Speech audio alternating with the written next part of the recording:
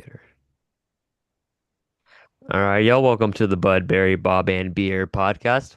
I'm your host, Kamiar and I just got to know Daryl Reininger from the Just Oklahoma, Just OK podcast, Sports, Just OK Sports podcast. And Trevor Rogers. We just all got to know each other really, really well, even more so from the last 10 minutes. Again, this is stuff that you guys don't deserve on Patreon. This is just bonding time. We're gonna Heck talk yeah. about Oklahoma, SEC Media Days. I've said Big 12 Media Days accidentally like 5 times over the Yeah. last 2 days. Ew.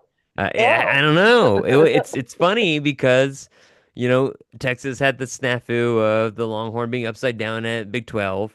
And Uh, then now they had A&M's fight song played instead of Texas yes. fight when Sark took stage. So that's good stuff. Accidentally.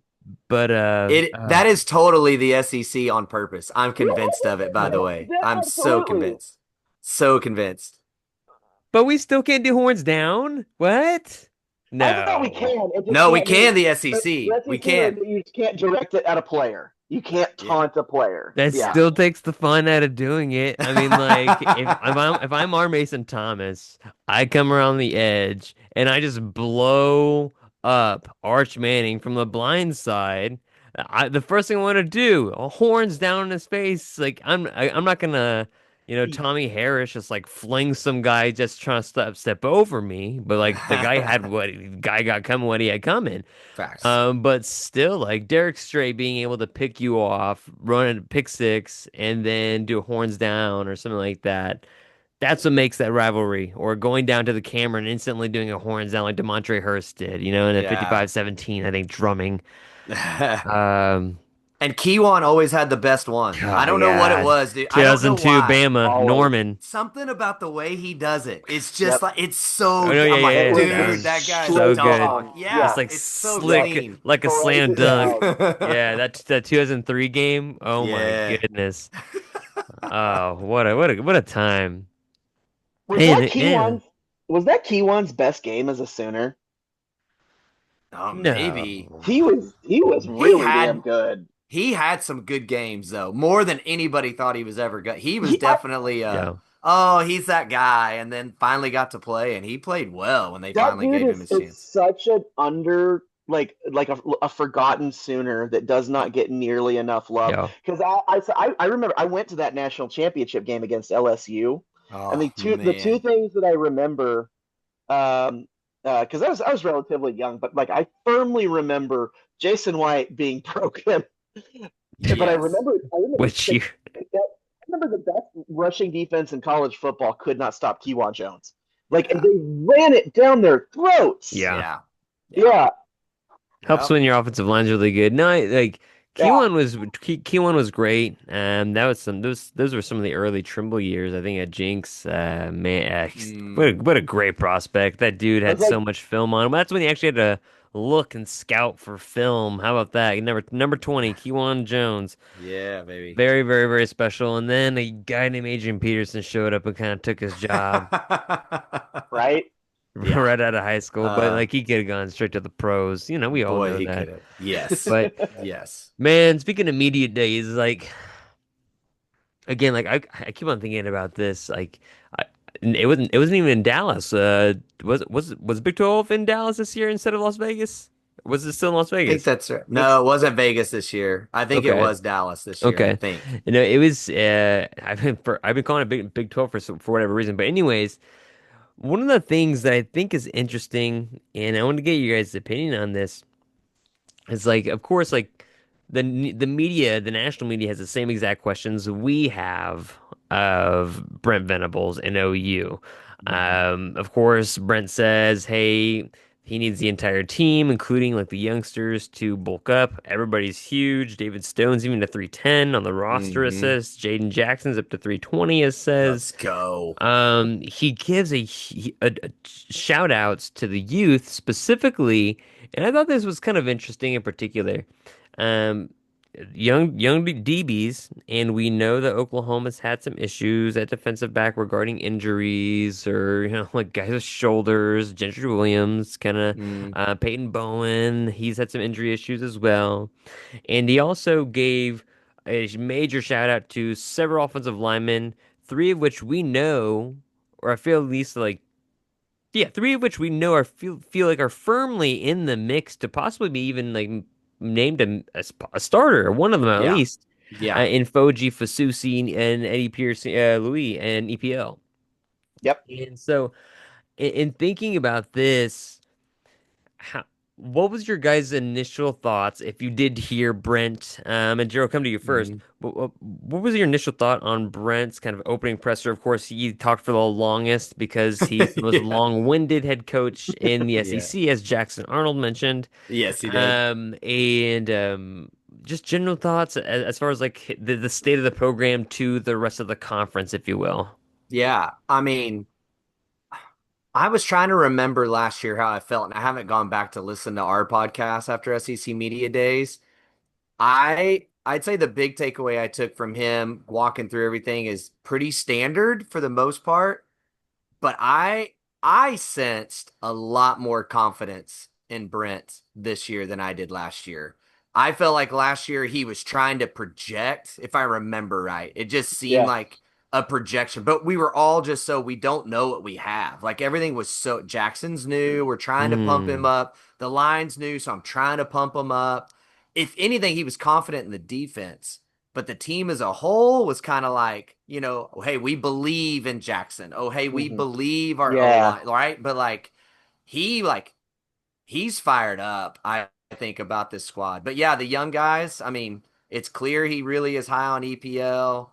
And I thought Danny Okunkumi being mentioned was kind of the yes, I surprise thought that Yes. was here. kind of That was nuts. yes. I don't I know what to make of that. I didn't know how I felt about that, or if that was just kind of like one of those situations where like you mentioned a guy that's doing great in practice, Yeah. and you just give And him a shout out.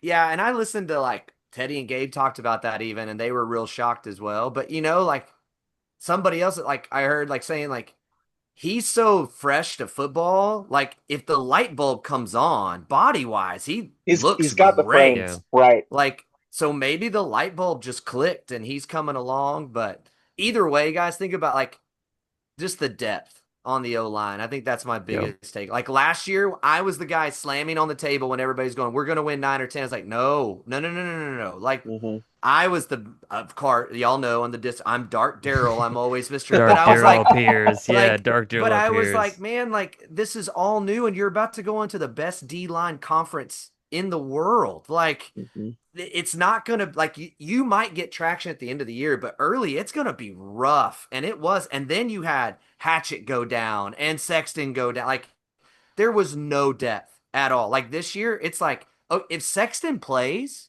we're down the list Yo, as far as I'm we concerned, got right? problems. Like Right. something's gone wrong, right? Like if Fabechi plays, like you've got Fabechi, EPL, and Ozeta, and Foj. Like any one of those guys walks out as a starter, I feel okay. Like youth Mm. with Foj for sure, but I feel okay. With the tackles, I feel fine if Logan Hallen plays. I feel fine if Simmons plays. There's just so if Sexton play, I feel okay. Like last year, it was like if one guy at any position goes down, it is all coming apart, and that's exactly Right. what happened. Right. So, Trevor, with that said as well, and I want to capture something a little bit later what Daryl mentioned as far as like how we view Brent Venables in that presser because I think that's really important here too.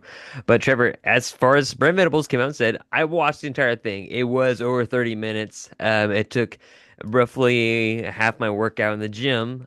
So that's how I equated that to watch it. I mean, Yeah. what was your kind of thoughts about him? Like, do you think he was projecting last year? Do you think he was more confident this year? Do you think that you would use another word there? What are you thinking there? Yeah, I think that I feel like there was a little tinge of swagger from Brent Venables, and whether that's deserved or not, I as a fan of the Oklahoma Sooners, I appreciate it. So There was certainly a more confident Brent Venables at the podium. We talked about just a couple weeks ago, like still position groups that like are how far can Oklahoma go? And the offensive line obviously is the first one that comes up. So hearing Daniel Akakumi's name come up, and it's not just today in the press conference, or it's not the first time that we've heard his name since the spring camp. Um, I'm going to look at it as a positive that that if something goes wrong and the offensive line gets depleted, at least to me, I think there's somebody potentially serviceable. And that was just not the case a year ago. And so, no, it's not an ideal situation. No, I don't think that guy. I don't think he's going to come in and play this year, unless something goes wrong. But I am definitely taking that as with a slight, vote of confidence going into the season, going into fall camp. That there's some flexibility, and that allows you. And this is one reason why I think you have that edge that Brett had in his press conference. And we always known Brett. How many times have we said Brett won the press conference? Like Yeah. he is Yeah. like how many times have we Great said at that? talking. He's phenomenal at talking. He'd be a great filibusterer, if that's a word. I wonder how long Brent could go on a filibuster. I would Oh, set the Years, over under. Yeah, what was it? What's the over under? Like, you think he could do like terms. until midterms? But no, and my point in all of that is that we've talked about, at least like Cam, you and I have talked about just like one on one, and with Steven, that the football mind of Brent Venables is right. Yeah. I don't think it's not a secret to yeah. anybody, and even Yeah. like the heaviest critics of Oklahoma football and Brent Venables, very few seldom say, well, yeah, he doesn't know football. Yeah. It's coaching, it's management. That's the issue. And so now I feel that we're talking about, if you're talking about Daniel Akankumi a little bit, I take that as it opens up the playbook. It allows Brent Venables to go create, to go coach. And I know that I'm talking like on the offensive side of the ball, and he's removed himself from that situation. But I get a sense that maybe you see Brent Venables in the laboratory a little bit more this year. Can Mhm. we see Brent Venables be the innovative guy he was at Clemson and Oklahoma? And we've seen flashes of that. And of course, the defense the defense was damn good last year, and I expect it to be really good again this year. Hmm. Yeah. Can that translate holistically to the entire program? So I'm reading the tea leaves probably a little too deep, but I was very pleased with what he had to say. And I think a lot of what we will see as far as improvements because of the weight taken off of Brent's shoulders and placed onto safely, seemingly onto Jim Nagy's shoulders, will help Brent along with, like even Brent mentioned, Kevin Wilson being on staff, being a familiar face, being a OC at Ohio State, being a head coach at Indiana and Tulsa as well. Interestingly enough, a former Sooner who's on Tulsa's staff got in a little bit of trouble, but interestingly enough as well. I wanted to circle back to how you guys felt about what Brent, how you perceived Brent, and I thought about that after just getting an initial read on how you present yourself to the conference. I think it's really important. Like Sark, he doesn't come off like Tom Herman used to. Tom Herman used to come Oh off as a gosh. dick, as Insufferable. yeah, the worst. Just a terrible human being. Like Oh literally, like you yeah. could just tell listening to him, like you like are just the worst. Like you are the worst. And he I, knew he'd I, get away with it too. Yeah. Sark has done such a good job that I, Yeah. I, I used to, and I still, it is fun to make fun of him when something goes wrong, because in the He's same good way that though. he's really good. He is really good. And so when he makes a big mistake, we're like, ah, gotcha. Yeah. he's earned so much respect Yeah. back. Yeah. Like I'm not obviously a fan of the University of Texas. Sure. No, I don't yeah. know if I'm necessarily a fan of Steve Sarkisian, but I'm kind of a fan of Steve Sarkisian. It's kind of Hmm. like being an Oklahoma fan, but being a fan of Mac Brown, even though he was Yeah, an he's OU OC enjoyable. in '84. Right. Okay, Yeah, like he's a good coach, but I hate you because you also coach at Texas. he is. I would say he at this point, if you have not earned anybody that did not that any OU fan that did not garner respect for Mac Brown is just purely a hater. And Sark may, like, so he's certainly proven me wrong. I think like the average, the slightly above average Joe probably says I at least respect that guy. Hmm. I don't know. I mean, like I could see a bunch of OU fans saying they don't respect Mac Brown because Yeah. he quite frankly never won against OU really in his tenure at Texas. That's part Uh, of the fun in it, but everybody liked him, whether they he's like just or because he's a respect. likable guy doesn't mean I have to It's like respect my you. grandpa. Exactly. Yeah, But that's right. in thinking about Brent Venables. Like you guys mentioned, I think he looked fired up. I think he could look hungry. I think he is maybe excited upon what he thinks this season could really look like. I also think that could look like desperation or all three or four. Sure. Yep. Yep. And I don't know which one it is. And I'm really curious to see what it is because you guys are like, hey, like, he looks psyched. He looks like looks really fired up. He looks like all these things. And I'm really curious to think about, okay, like, cool, you're naming all these guys. And I'm really glad you're mentioning all these young dudes that are ready to play in your offense, your specifically the offensive line, because the defense, a lot of guys are coming back. You don't really have to talk about them. Right. Um, and that was really the whole thing. The whole gig was he only really talked about the offense because the defense, a lot of guys are coming back. Hmm. And so they cut the Jim Nagy quite a bit. He was a big part. He wore like a houndstooth jacket, said he didn't have anything in red. Got it from Italy while I was over there. Yeah, Yeah. right. That was real special. Um, and Jeez. it's interesting that one of the first things he's asked is, fans panicking about recruits. OU, I think it's like top. I don't know.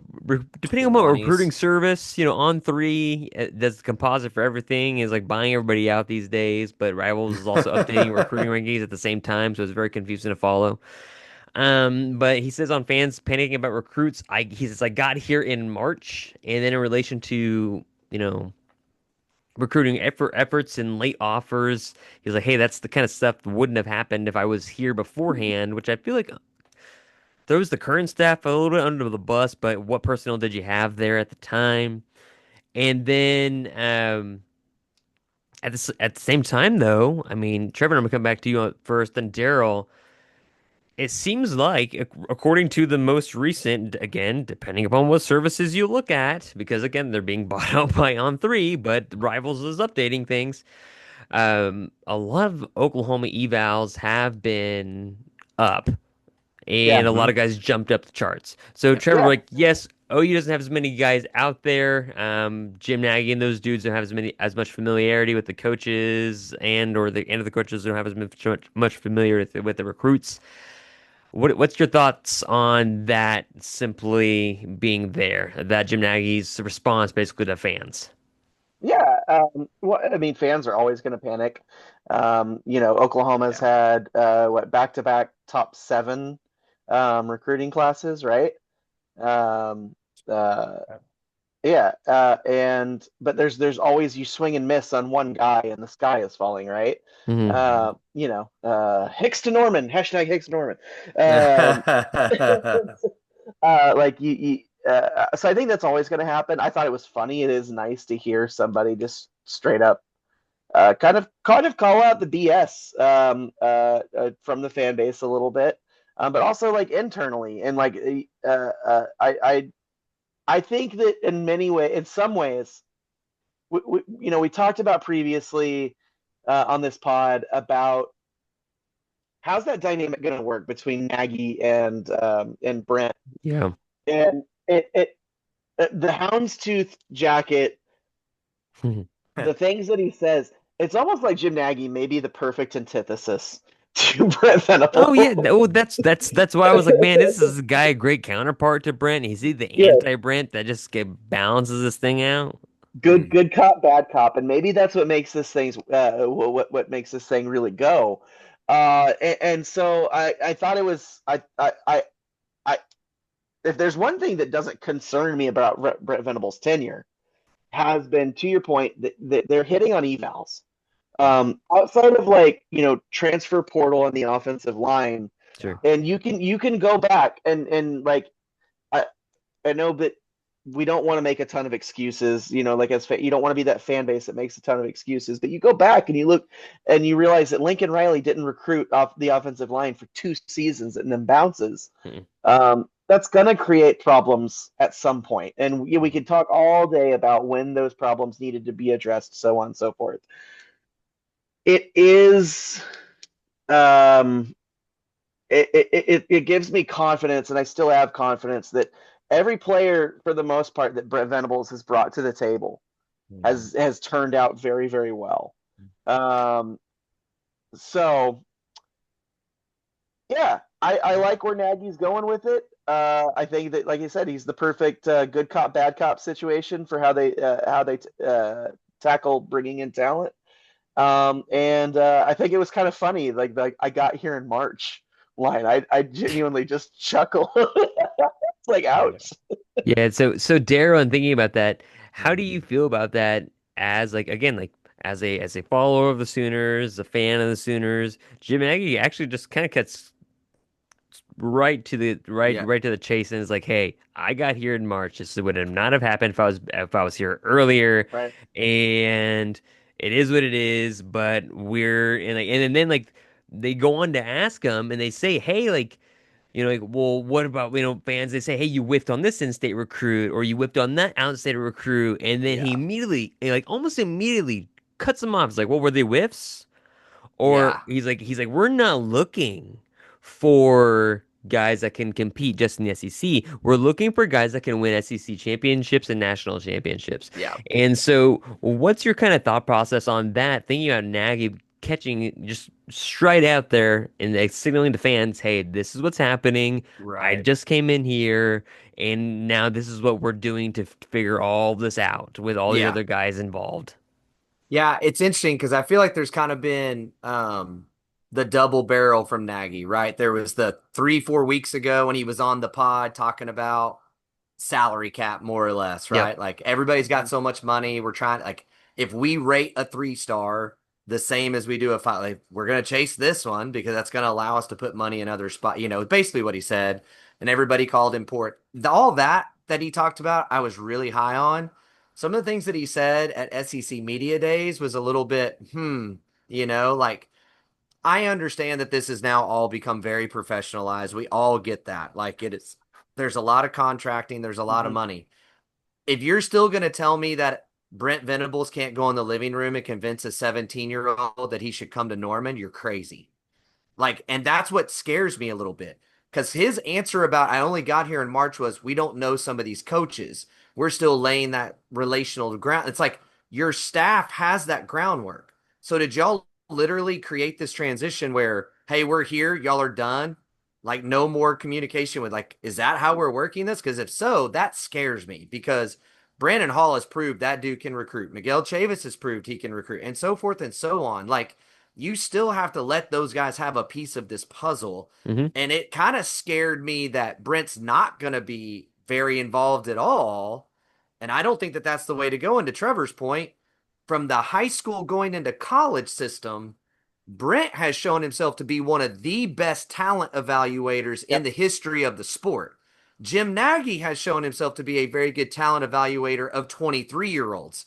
And Yeah. those are two very different. I mean, let's just take, for example, who thought Kip Lewis was going to become what he is right now? No The dude kidding. was 205 pounds coming into OU.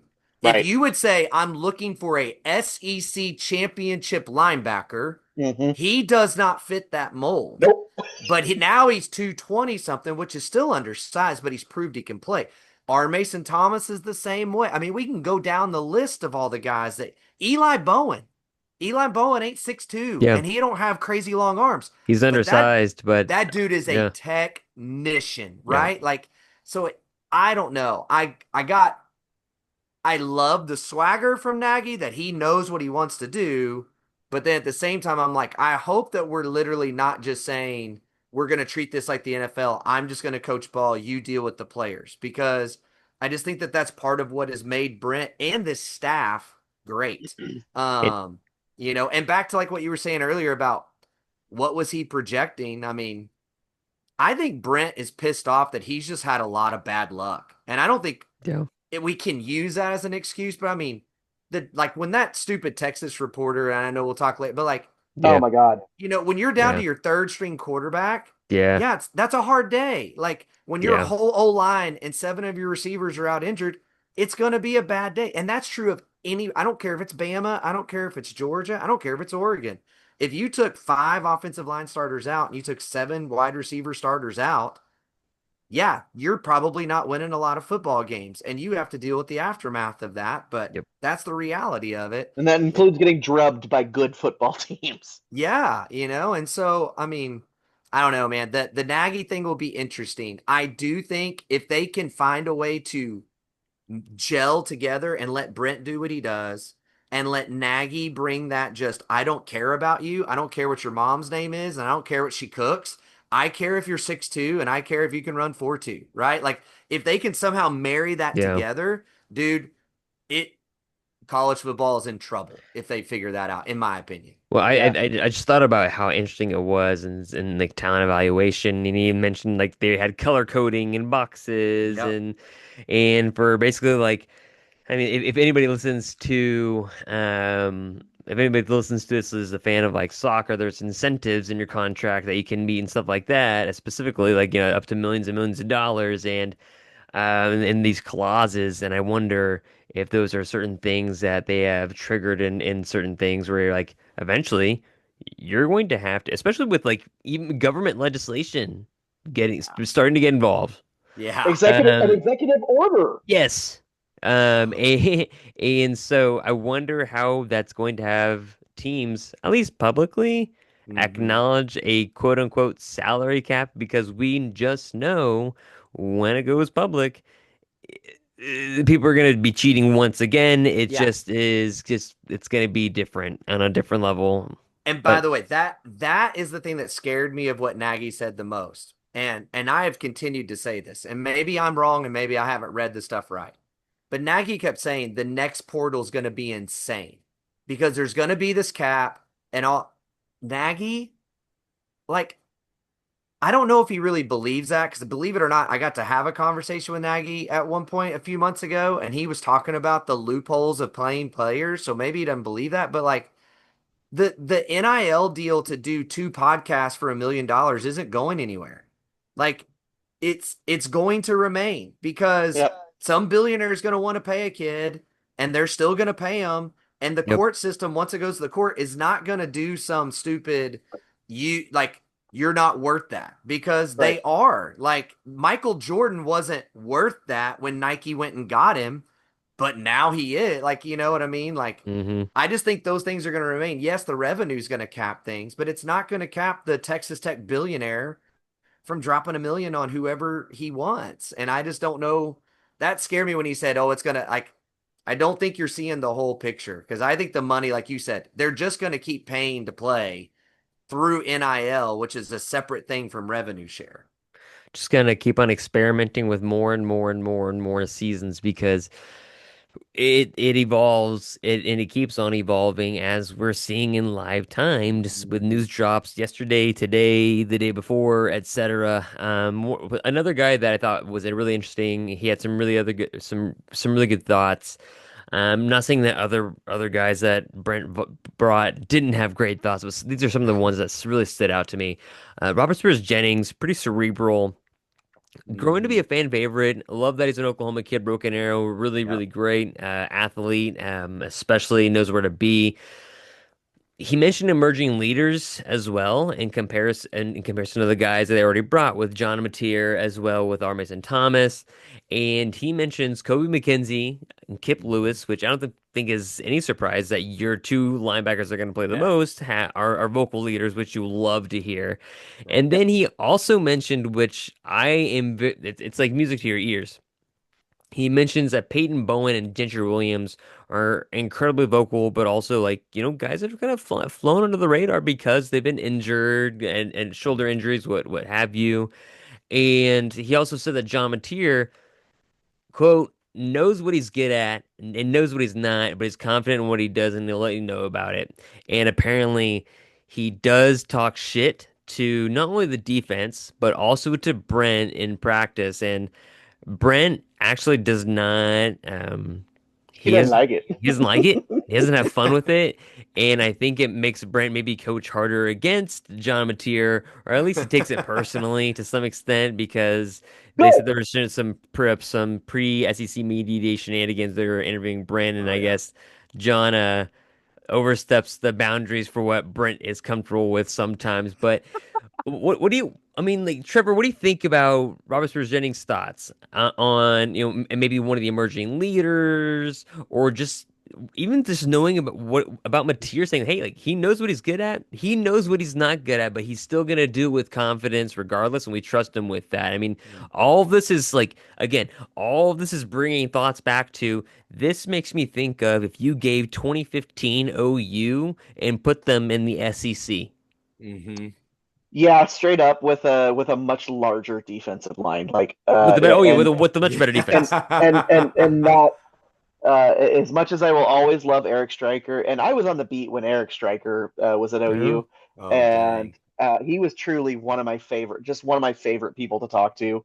Um, I will never forget the time that Eric Stryker totally derailed Barry Trammell wanting to talk about Adele's new album, which was "Hello."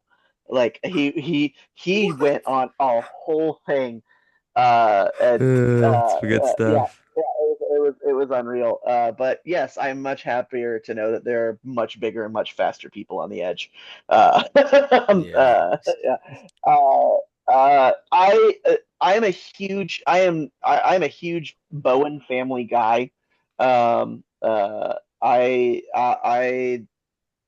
I want both of those guys to succeed. I think Eli is a star, and I fully expect Peyton to have a coming out party this year. I think the guy's really damn good. I think he was hindered, just really hamstrung last Mhm. year. I think he lost a bit of his confidence. With that, I'm thrilled to have him back with a fully healthy spring camp. Right, he was fully healthy in spring. Mhm. Yeah, Yeah, he's good to fully go. healthy. Yep, yes. To have a full spring going into fall camp, that makes me very excited for Peyton Bowen. And so I like hearing that there's leadership, coming Mm-hmm. out there. The dude's in year three. Right. That's exactly what you expect. And then I think everyone wants to make the comparison, and we're just setting ourselves up for failure and disappointment by going into this. But John Mateer is a poor man's Baker Mayfield. I I love know. what you said. It's the And he 2015 even got OU asked team. about it. He even got asked about it, right? I, Yep. I want my quarterback to talk shit to the defense, Oh and yeah. especially to a defensive genius. Yeah, like Like, that's the thing that gets me. Everybody in the country knows. Everybody in the country knows. Every defensive recruiter knows. Hey, there's a guy named Brent Venables. Especially if you're a linebacker, he's gonna change your life. Or a safety, he's gonna change your life for the better. And the fact Mhm. that John Mateer, like even RSJ mentions, hey, like he knows what he's good at. He knows what he's not good at, but he still Mhm. can do everything what he does with confidence, with that swagger. And he goes and he will talk shit to a Brent Venables is like, okay, you know what? I can rock with that. Like, I just need that confidence and not the scared hamsters I saw at quarterback last year. Yeah. But like, I'm not gonna like knock them for being scared hamsters. One was a true freshman, the other was a redshirt freshman, so I get it. Right. Right. Right. playing behind a wet paper towel of an Yeah. offensive line. Yeah. Like, like Yeah. again, like I those both of those dudes will have my sympathy. And I like Jackson Arnold put it to Alabama, and so I'll always cherish that. I think that's Yeah. Hmm. hilarious. Yeah. Uh, Took one for the team. yeah, Yeah, he did. And so Yeah. Daryl, what's your thoughts on that? Like what RSJ said about Mateer, or what he said about emerging leaders, or anything else that any of the guys had said as well? Yeah. I mean, I think just hearing that there are guys stepping up in the leadership is big because we've seen that before, through the years where there's been some guys that really captivate the locker room. They graduate, they go to the draft, and people just don't step up, and they don't fill that void. So just knowing that there are guys that are becoming more vocal and hearing like I knew RSJ in high school. He came on our pod when we were recruiting him. So Mm-hmm. I was trying to ask Mm-hmm. him about that whole transition and stuff. And dude, even back then, very quiet, very just to himself, a little bit like he was. So hearing other players even say that RSJ's been a vocal guy, like at practice, is huge. Like that is yeah, him trying to fill the void. And I think that'll be huge. But you saw Kip doing it last year too. And that I always think that, especially for a defense, is mass. I just think that side of the ball is much more even than offense, just a very emotionally driven side of the ball. And you need yep. somebody that can scoop that out of you when you're at your bottom. As far as Mateer goes, I mean, I don't know what to take about how he carries himself in the practice. I mean, I like to hear all of it. All I know is this: there is a night and day difference about the way the guys at SEC Media Days and at spring practice availability talk about John Mateer than they did Jackson Arnold last year. And again, that's not me trying to say that Jackson's not something. I've been on record. I think Jackson's going to have a really good year. I still think he's a really good quarterback. I think he was dealt a horrendous situation. But they all were again last year when you would hear them answer questions about Jackson, they were grasping for something to say to have confidence in him. Yep. These dudes are not. Like, how's John Mateo? Dude, he's like he's weird, but we don't care. Like, you heard R. Mason like say Yeah. that at one point, like, right? Like, and RSJ just going, he knows what he's good at and he knows what he's not. Like, we're fine. Like there's just we're with this guy. Like we're gonna go, as my old youth pastor, like, let's charge hell with a water pistol, right? Like, that's like, we're in with him, like, we're going, we're doing. And that part is huge because you didn't have that last year. So when you're in these 10-3 games and you need a fourth quarter drive or you're down 2 scores, the whole team is just going, man, I don't think we got it. Right now, I think this squad down 17 in the fourth is going, hey, John's gonna find it. Like the Baker Mayfield Tennessee game. Like, we have sucked for 3.5 quarters. We're gonna find it. It's coming, and it did. Like, I think that's where they're at. And so, in thinking about all that, like we gained some insight from John Mateer, not just from what we've heard from practice, not just from the media availability since then, from what Brent said, Mhm. from what media said about his lofty expectations about what he looks like in practice, who they remind him of, all that stuff, because that's those are media and narrative driven. And thinking about John Mateer, the thing I came away with most was that this dude loves to play football, and Yep.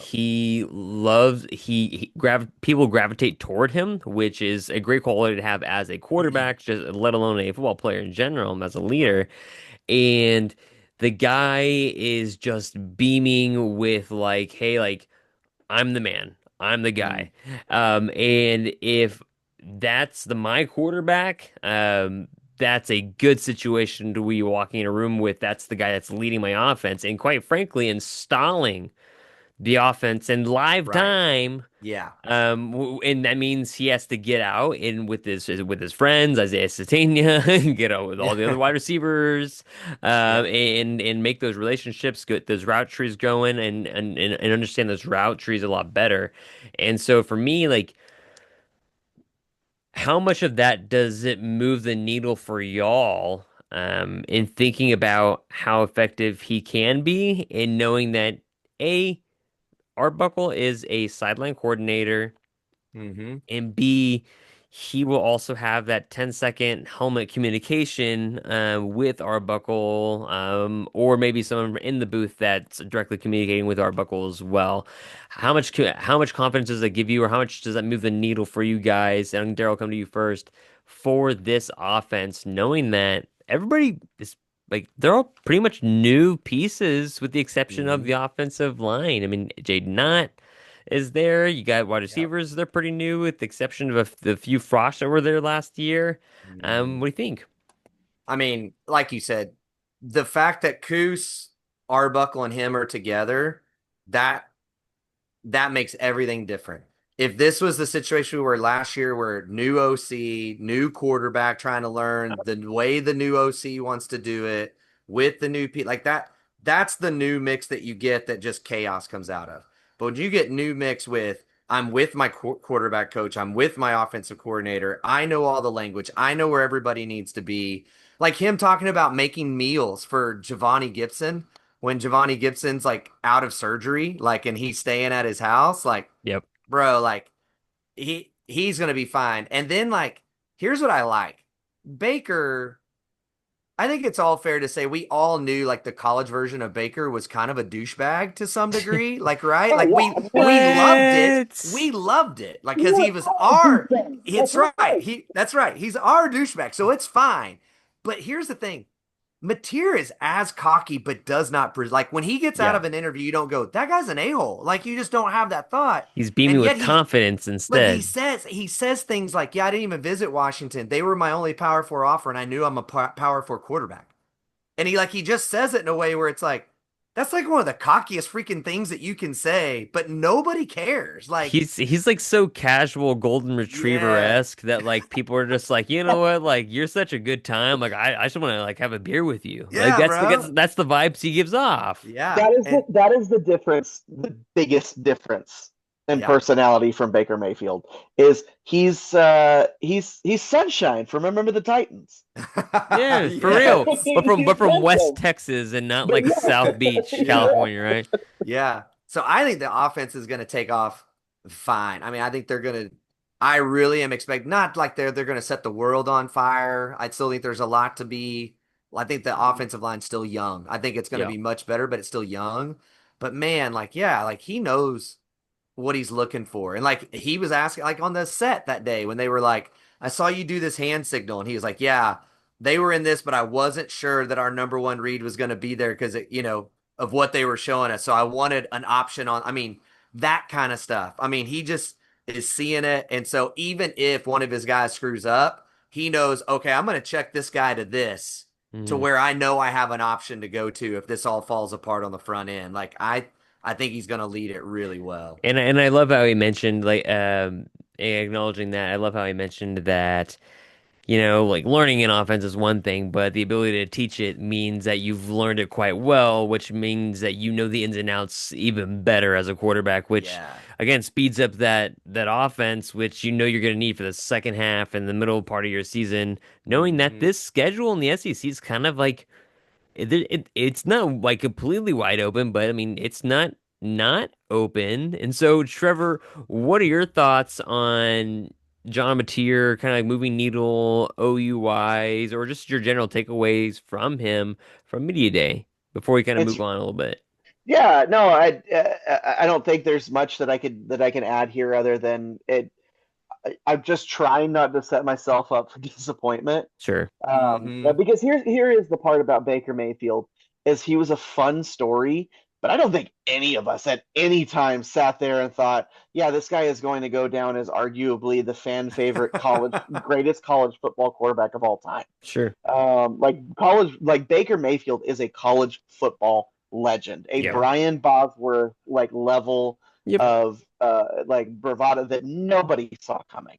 Yeah. And so what sucks for John Atier is we're talking about Baker Mayfield in the same light as John Mateer, and so like our expectations terrifyingly high. Yeah. Of course it is. So it's like that's impossible.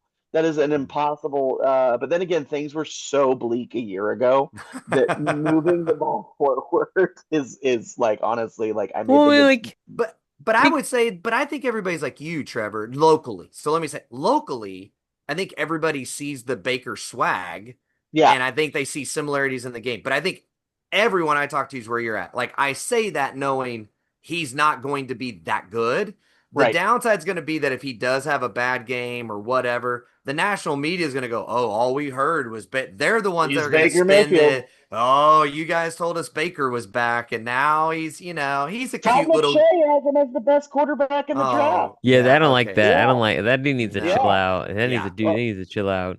He's But trying to like, still get Kuiper's job, so he's trying to throw uh, something out there and get was it it to stick. Greg McElroy said he's the second best quarterback in the country behind Klubnik. Yeah. Klubnik, or yeah. I Uh, mean, I've been trying to figure out how good he's gonna be. I mean, is he second season Dylan Gabriel? if he's second season Dylan is he Gabriel, OU's 2015? winning a lot of football Is he games. 2015? Is he 2015 Baker? Is he just below 2015 Mm. Baker? And I think the reason why he gets those Baker comparisons is because, like you just mentioned, like what we saw in 2014, holy with Trevor Knight and Cody Thomas, it was bad in the offense. In How the about this? What if he is more Jalen Hurts? Like, what if his season is more of a Jalen Hurts season? Where, OU's winning 9, 10 games next year. yeah, and OU's beating Texas. because If the I said offensive I line don't think allows he them can to throw do like so. Baker, but I think his legs are more electric. That's what nobody's talking about Yeah, too. you're right. Like that's the thing. Like he's not, and like you watch his tape, he makes some great throws. He misses some throws. Like, and maybe he'll Yeah, grow and all that. But man, when he sees space and goes, he's going, and he's going for a minute. Like he's he's gonna big. find some lanes He's right big. there, and he's quick. Like he can. He's I got mean, better than that our Trevor running Knight game's been for stride. 3 years. He can take a 3 yard run and turn it into 8 by making someone miss. Yeah, Right. kid's got So juice. Kid's got yeah, Tre- juice. Trevor Knight was a hell of a runner. yeah, That Notre Dame And game, yeah, that Notre Dame game, huge third down conversion. yeah. Yeah. gosh, such a Um, fun game. Sterling Shepard I slant went to that route. game. Yep, I went to that game. Really? I didn't even Yeah, know that, man. yeah, That was a yeah. hell of a game. With Jeff Roughface. Oh, Jeff, Yep, miss Jeff, yep. man, good I dude, miss good him dude. so much. Yep. Um, so like in thinking about like all the stuff we Daryl, you alluded to this earlier. Then yeah, they need to monitor some of these questions. Like, what is that Texas person getting up there and asking Brent like, "Hey, in these two losses, you've lost with a combined total." Like, yeah, like one seat like one year the best quarterback was a tight end, and the other year it's just not a great situation for anybody Yeah, playing football on the offensive side of this team. I thought that was garbage. yeah. It also reminded me of the time at Big 12 Media Days when the reporter just got up and shared it like from Lubbock, whatever, and they're like talking to Cliff Kingsbury because the Tech scores 50 points a game. Like, why can't you hold your opponents to at least 30 points a game? Why can't you hold your opponents to at least 30 points? Like, that was my one of my favorite parts of Media Days Oh ever. Do you guys gosh. have any like Media Day snafus or Ooh. interesting Media Day memories, or anything of that nature? Hmm. That's a great question. Or maybe interesting Media Day quotes. I I was. mean, Yeah. Are we talking Oh, this year or just in general? in general, all time. I the time that when Herman was new to Texas and they asked Oh, him something about his talent and he went, "Some? Ugh. yep, Some?" Like that, remember that whole, oh, yep, Yeah. like it was like yep. the worst. It was just the worst. Like he just threw his guys completely under the Completely under bus. the Like bus. it was so bad. It was Yep. so Well, bad. it was insane. He took like I remember he had like a 30-second pause one time. Yes. Yeah, it And was you bad. just see him like So ruminating, and it was so uncomfortable. I think he tried to come off as clever because they're like, how much talent is there at Texas? And he like, what? Like rhetorically, some. It's like, but Some. it's like, man, that made you look really bad, bad, Yeah. bad, bad, bad. Trevor, Yeah. what were you Yeah. thinking about? You had one. It looked like. Uh, I do remember talking to Charlie Strong about um, deep sea fishing for a long time.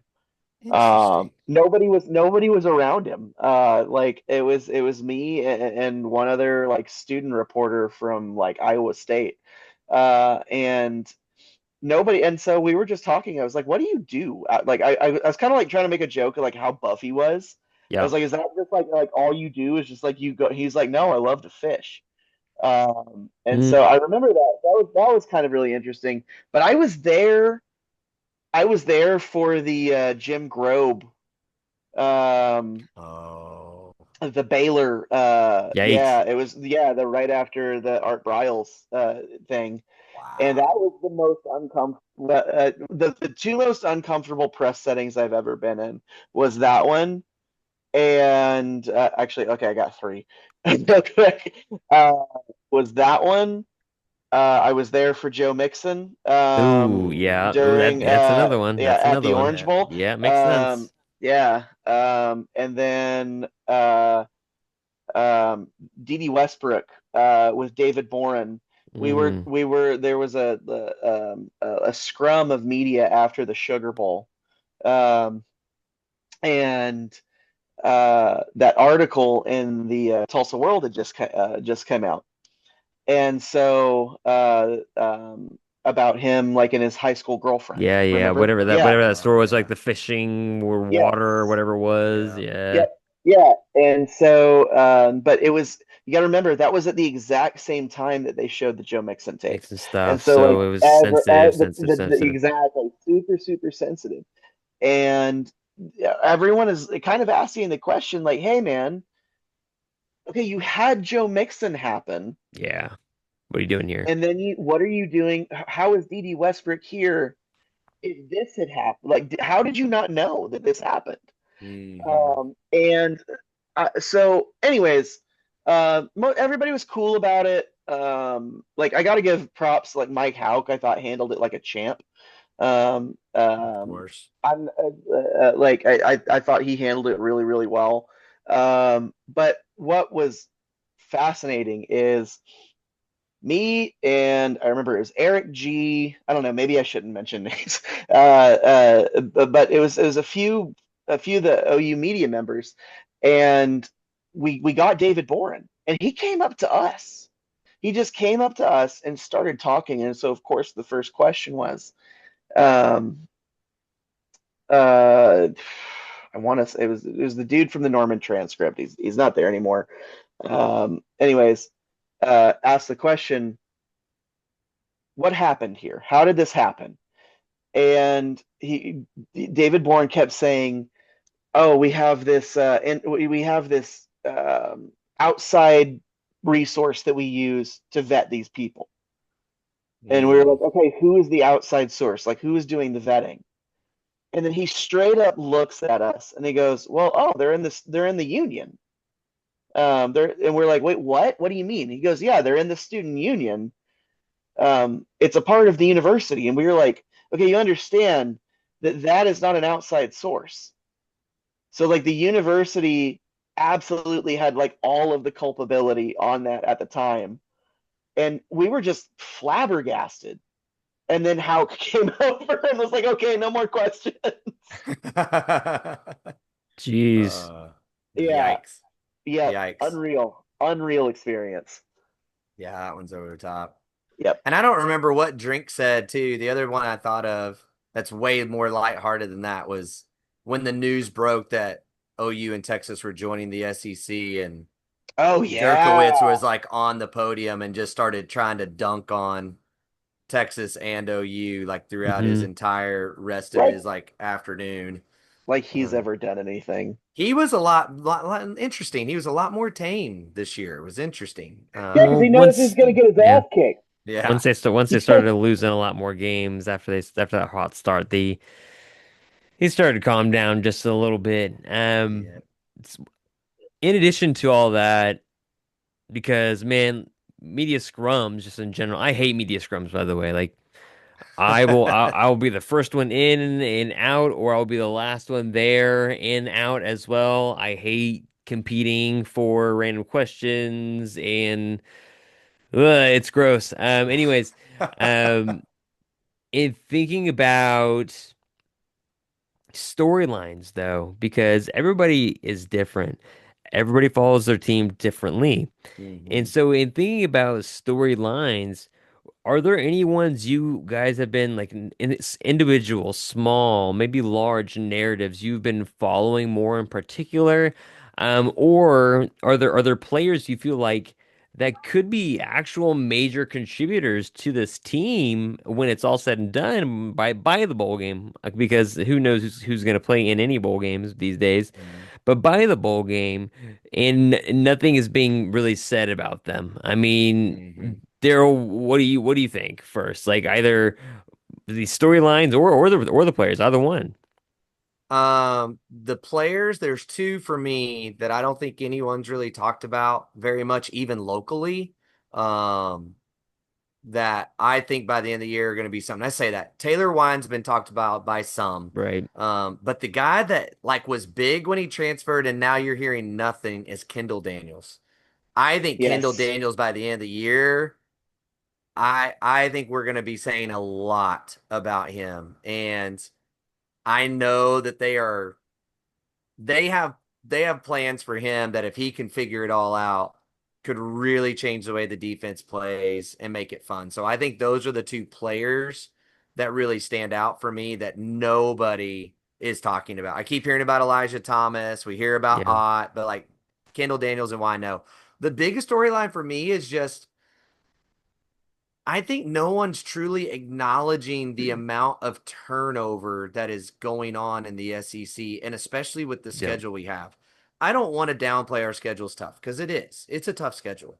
But the Tennessee that we're playing this season is not the Tennessee team we Mm-mm. played last year at all. Like that D line is not the same. That O line, the receiver room, not the same. And now Quarterback. quarterback There gone. Like, there is only one team that I am confident I can confidently say got better in the SEC West or whatever this iteration of it right. is. And who is that for you? LSU. I think that's the only team that that I look at and I'm like, yeah, that if this is the year for Brian Kelly to do it, this is the year for Brian Kelly to Yeah. do it. But see, here's my thing. He'll Same kill thing. anybody to get one of here. They lost so much on that O line. I know that they brought in transfers, but like it's going to be what I know we're playing at the end of the year. But if that O line is their weakness, our strength is going to be a problem By no wherever means we am go. I saying I don't think that there's a game that I'm like if I'm going to pick the first sure loss looking at OU's schedule next year, I think it's going to be at South Carolina because I think that's the first Hmm.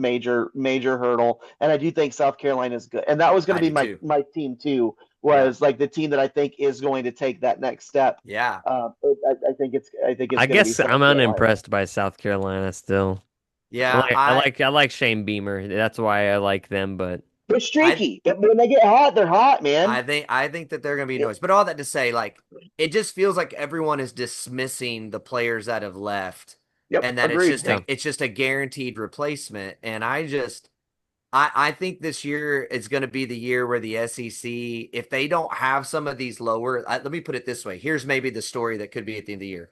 If these teams are in the middle to the bottom in everybody's eyes, don't rise up. I think a lot of these teams that they've stuck at the top, they've stuck there just out of name recognition and Yeah. history. Yep, Yep. And yep. if those teams don't get filled, it's going to be the year where, well, the SEC that's been calling itself so mighty is no longer mighty. Is going to kind of be the narrative because the Big Ten has added enough firepower to it's like ESPN or whoever will be happy to make a story out of whoever can give them a story. And so that could be an issue if they're not careful. And Daryl, like you, you stole my guy. I was gonna say Kendall Daniels. I mean, he's Yeah. sued Deshaun McCullough. I think Oklahoma wanted it to What he, be, but yep. he was not mobile enough to be really that box kind of safety missile linebacker He, kind of hybrid where Kendall Daniels is. And so I'll go the other guy that plays on passing downs, Kendall Dolby. He's another. yeah. Yeah, I know that's right. I took him. Trevor. I took him. Um, you can have Gentry. How about that? But Kendall Dolby is another one where, Yeah. man, when he went down, I mean, like you noticed a drop off, but with that defense last year, it was hard to notice a drop off when they were just battling for that offense to score maybe Right. 17 points to win a game. And so, but I think he'll play a big role this year, especially when that Hmm. offense can score 24 points, Come maybe a on. game. And if that's the case, if that offense can score 24 points a game, they win 8 games easy next Yeah. year, which should be Yep. the case at least. Yep. So I'll go Kendall Dolby, especially in that cheetah Nice. position, but maybe less box linebacker safety, more that safety nickel kind of Mm. mix. But Trevor, we stole Kendall Daniels and Dolby from you. Do you have any other cheetahs available that you'd like to choose? Simeon Seago maybe like as a third. He's impressed you lately. I mean, I am high on Sammy Obusigo. Like, Yes. I think it's really, really good. I just don't think Yeah. he's there yet. Uh, um, I think uh, I think when you see him in the middle this year, that's another name to watch. I don't think they're going to play him hardly at Cheetah at all this year. I Yeah. think they're going to yeah. move him, and that's going to be fun to watch. I think the one that I'm really hopeful for is PJ Adebawore. Yeah. Mm, I really think that that guy, if he figures it out, he can be just the secret weapon. I think he is such a freak athlete. He's such a monster. He's a specimen of a human yeah. being. If he can just put it together mentally, I'm very excited. And then I'm excited about the guy right behind him. Well, I guess he's on the three deep. Um, I really think Danny Okoye is gonna like. I think a, a I'm very high on Danny Okoye, I and think like Danny that would be Okoye like is gonna pass up PJ pretty quickly if he doesn't get it together. that's kind of where I'm at. Is uh, If he hasn't like already. that dude. Like the thing about like all I hear about Danny Okoye is he's he has he understands the playbook. Like he's got great. He's just got brilliant technique. I just wonder. Yeah, I don't know. I'm optimistic about PJ Abdul-Jabbar. That's an interesting storyline. And then to me the most important storyline um, in the SEC is What well, is it? I, to me what's Alabama do? Because I think Mm, that is such a massive domino that if Alabama does the same thing that they did last year, Kalen DeBoer is gone, and now like a massive pillar that seemed to be untouchable. Uh, mm, like the field is wide open at that point. mm. Um, uh, so I'm very curious. I'm very curious if Alabama cracks. Well, we'll see. I mean, like I think Caleb Bower, they give him they give him more of a chance. If he makes the college football playoff, he I think he sticks. I don't think they abandon ship after maybe that second No, they year, wouldn't do. but No. If they make the college football playoff, no, absolutely not. I'm just saying, I think, I, I don't know where they're better. yeah, quarterback maybe. I don't know. Defense. They I need a think the system defense will quarterback. be better this year than it was last year. They did heavily invest, excuse me, in the portal, and that's kind of like where I get from them is like, okay, they're now investing in the portal. So I'm curious, but no, it's not Here, unfounded. Like you just mentioned, like a lot of this does depend on what Bama does do mhm. in tandem with They Georgia and other teams that are on the come they up. don't have the receiving core that we've grown so accustomed to, and they haven't had that for a couple of years. Mhm. Pat, Proliferation. speaking of stories, like it's been fun. We've talked about like how OU's D line is like getting all this pub as potentially the best D line in the SEC, one of the Yeah, better. Like there's certain yeah. people writing all that. Here's my thing though. We know that because of their injuries last year, they weren't even getting reps against the O line. Yeah, Like there were whole weeks where they were not going against someone who actually knows how to do offensive line technique or is just some walk-on scout kid. Hmm. If the line is as deep as we think it is and they get to practice the way that Brent wants to practice, what's the ceiling for that group? Because they were nasty last year. They weren't great, but they were really good without any of that development through the season. And like the whole talk of like OUD, like it should have been last year that the defense is back, but like they could literally go to a completely different level. And in the way they're able to practice, not only that, but like the DNs were not as deep. Like we're talking about guys right now. Last year it was Ethan and it was R. Mason that you really counted on and trusted to get stuff done. You at least have got bullets to shoot this year at the defensive end position that you feel good about, with Marvin Jones Jr. at least being experienced and so forth. So like that's another one where, you know, that they could really be a story of the season, especially if OU does well. No, I think it's interesting. And I think how that's one of my storylines is the lack of the storyline from the offense or from the defense, excuse me, is that I mean you look at the front. I mean, R. Mason Thomas, Okoye, Dominic Williams, David Stone, Jaden Jackson, Halton, Marvin Jones Jr., PJ Adebawore, and you can name a few other guys that might surprise you. Taylor Wine, who Mm-hmm. has been getting a lot of traction. Yeah. And then you think about like you just mentioned, Daryl, the they practiced against pretty much just freshmen the entire time. Neither side really getting better. What is that? And then I turn that on the flip side. What's this mean for the guys in campus, on campus right now on the offensive side, actually Mm-hmm. getting reps consistently? Um, and being healthy at the same time, with the exception Right. of, and of course, some of the young guys that did have to get surgery earlier on. But Right. maybe those are some of the guys you aren't planning on playing right now because Fasusi and Voj, they look pretty good on what you're seeing as well. And Yes. so, again, I'm just curious to see what the storylines look like because it's always the offensive line. Trevor, you have one? I do have one. OU's medical staff. Oh, You mean New I think Orleans former medical staff that yes, also had yeah, issues? yeah. That the very same. Yeah, that's great. Yeah, I think that's a huge storyline. yeah. Um, The Andersons would agree. The Anderson family would agree with that statement, for various reasons. did that Ye- ever get confirmed? I don't know, dude. I just know what the fam said. The Nick or Rodney never said anything. Why Right, would they? right. I did, but the other day when I was looking at the depth chart was the first day I did see that Gavin Sawchuk's brother was It's still still there. playing for OU, and I had no idea Yeah. he was a former three-star and just walked on. Yeah.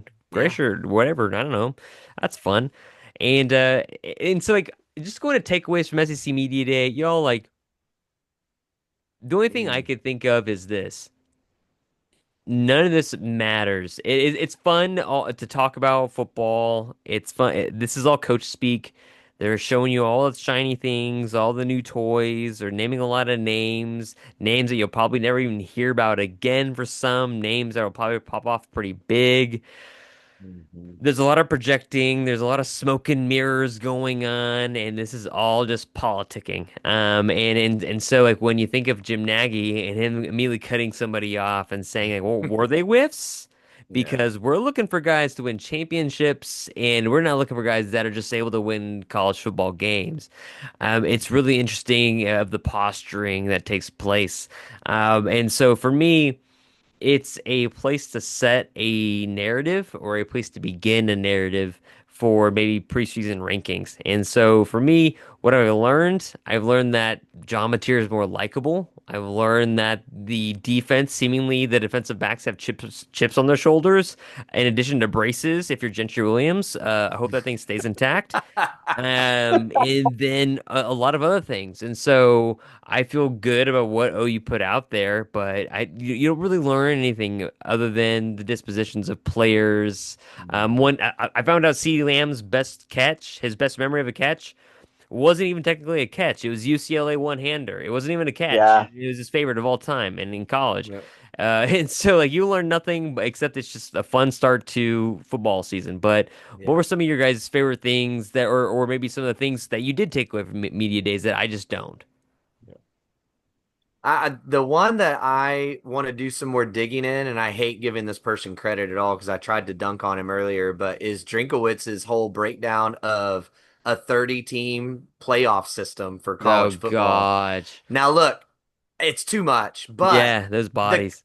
the concept of if you really break down his way of what he's thinking of, though, he's talking about getting rid of conference championship games and you play your conference season at the end. The top 8 teams play each other, like out of the SEC, and that's a play in game. So that's a part of the playoff, but it's Oh, a home game. And then those 4 teams are the ones that actually make their way into like the official bracket or whatever.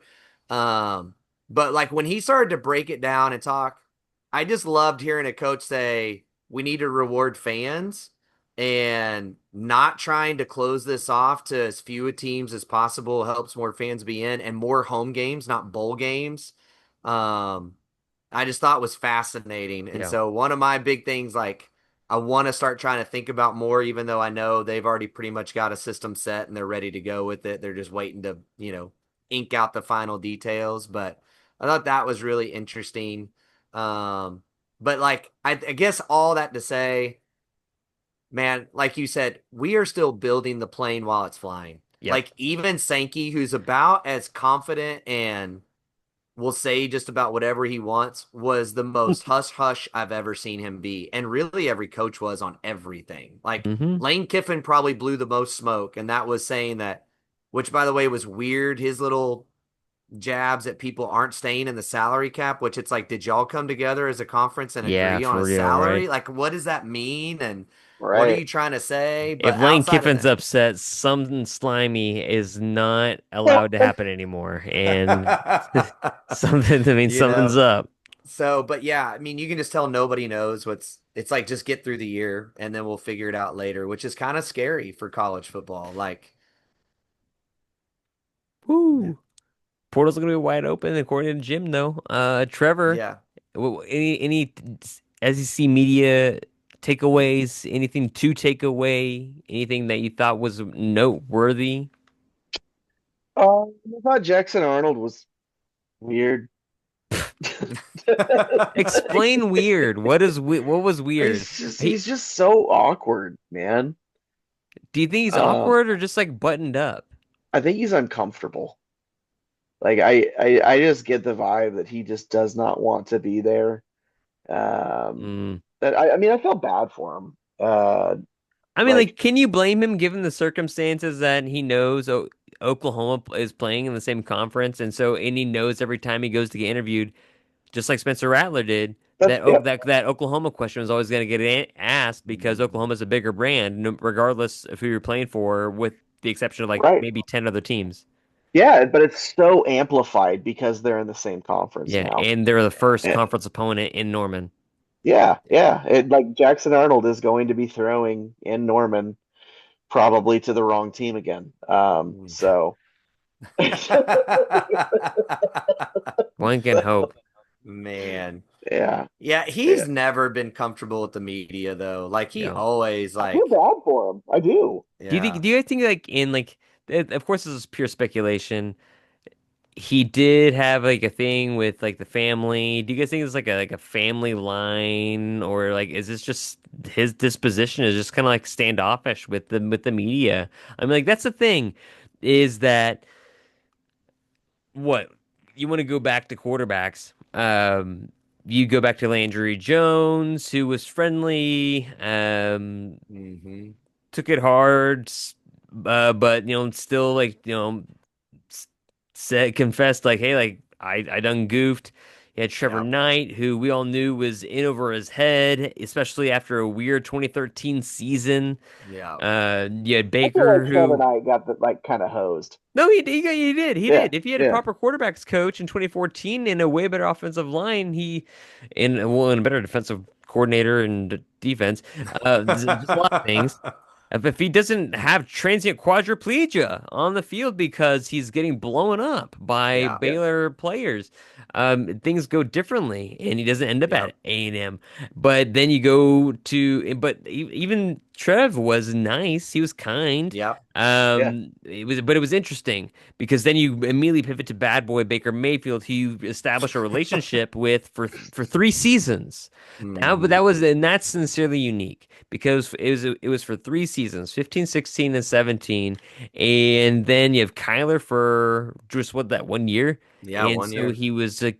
You never really opened up. He had some funny moments here or there, but it was very again, odd, standoffish. Same, or actually more, a lot more of the same for Jalen Hurts, who's just like, just gotta win the next game. Just gonna Yeah. upload a video of me working out. Yeah. And then to Gabriel, who was like inviting with everybody, and then worked really well, and was kind of like a lot more open in his second year. And then, Yeah. or no, we had Rattler, and oh man, just Oh my God. Oh, arrogance I to the forgot nth the degree. Rattler and the Caleb Williams year. But Oh, Caleb there's been Williams was great with so the many media, though. personalities, and then now you get these guys, man. It's interesting. yeah. And Arnold Jackson definitely Arnold's does not not. one. He's not because that's the thing. Like Kyler was never like good with media in the sense of he just didn't like. I want this over with, and it's not like I'm uncomfortable here. It's just like let me get to like this does not help me do what I want to do. So let's get this over with. It It's what you know. reflects who he is today Yeah, in the Cardinals. I'm not surprised by any of his actions because I'm like, that's what he showed us in college the entire time. yeah, exactly. And then Jalen Hurts, like you said, was like not fun or entertaining in the sense that everything was just going to be the Business, most rat poison, protected statement. Yeah, Yep. rat poison, like rat poison. way. But like Jackson looks so uncomfortable. Like he looks like somebody has his family behind the reporter with guns to their head. And if you say the wrong thing, they're all going away. Like with Yeah. like Jeez. even with fun questions, like what restaurant do you like? Oh, He posted Applebee's or Furs. God, that He's just guy. so uncomfortable, man. But hey, to like even with our guys, I thought our Mason had some funny moments, but you could tell with him, he was nervous. He was a Like little bit he Yeah. anxious. A little he bit was dry. very uncomfortable, Mateer with was so all of it. comfortable that was kind of like the headline. It's like, whoa, this guy, Yeah, I get it at OU. Makes yeah, sense. Like people gravitate towards him. And like, if that's the guy that's coming to your program, if that's the guy that's leading your offense, that's the guy, like you mentioned, nothing's been working for you like hell for 3 quarters. And you say, yeah. hey, like this guy says, hey, let's go do it together. That's the guy you want to follow. Which, by the way, I just thought about this. I meant to ask you all this early in the pod, and like trying to derail you as you're wrapping this up. Were either of you surprised that Kip Lewis was not one of the three selected to go to Media Day? Like R. Mason made sense, Mateer made sense. I was a little surprised by RSJ, even though I love his game and I love him, but I just kind of thought it was this natural handoff to Kip, more so even than like Kobe, I know is taking Hmm. technically Danny's spot, but like Kip's been the guy with Danny. Danny's gone, and he was really the emotional leader of the team at Sure. times on the field, and then he just doesn't get. I was a little shocked by that. Yeah.